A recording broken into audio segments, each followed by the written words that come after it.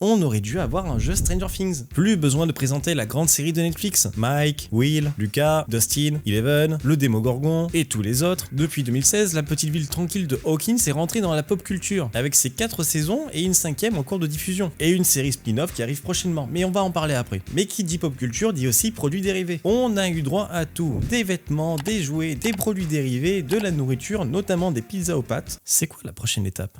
Bon les gars, on a un nouveau contrat avec Netflix, il nous faut le meilleur du top, d'accord? Ouais. Tu prends des chaussettes, ouais. Tu les retournes, ouais. Tu retournes les chaussettes, tu les retournes. T'as fait Stranger Things, ouais. T'as fait des chaussettes Stranger Things. Mais non, pas les chaussettes, on l'a fait l'automne dernier, ça. Non, il faut un truc, voilà. Ouais.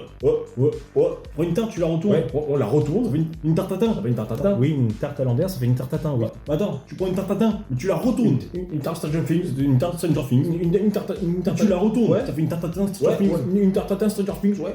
Je l'appelais Picard direct.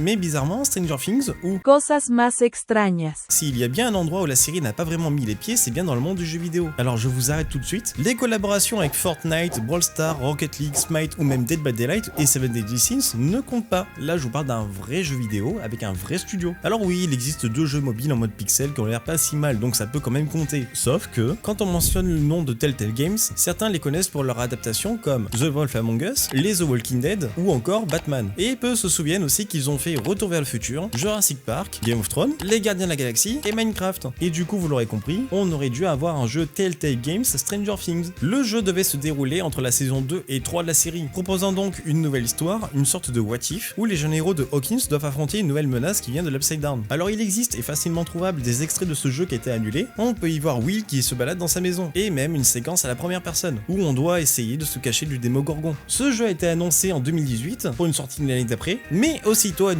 après son annonce parce que le studio a connu une grosse période de licenciement. Bon, d'après ce que j'ai compris, l'investisseur principal de Telltale Games se serait retiré. Du coup, ils ont dû supprimer plein de postes et annuler plein de projets de jeux dont Stranger Things. Ou 怪奇物语. du coup, est-ce que le jeu est vraiment mort? Et pas vraiment. Et c'est là où je sors ma petite hypothèse. J'en ai parlé au tout début, mais une série d'animation va bientôt sortir. Stranger Things Chronique de 1985. Et de ce qu'on sait, le scénario se déroulera entre la saison 2 et 3, comme dans le jeu, proposant une histoire alternative où les jeunes héros de Hawkins vont devoir affronter une menace venant de l'Upside Down, comme dans le jeu. Et si on regarde un peu plus près, on peut facilement faire un lien entre les chara-design du jeu annulé et la série qui ont l'air plutôt similaires. Merci d'avoir regardé jusque là. N'hésitez pas à venir me voir en stream tous les mercredis soirs sur Twitch.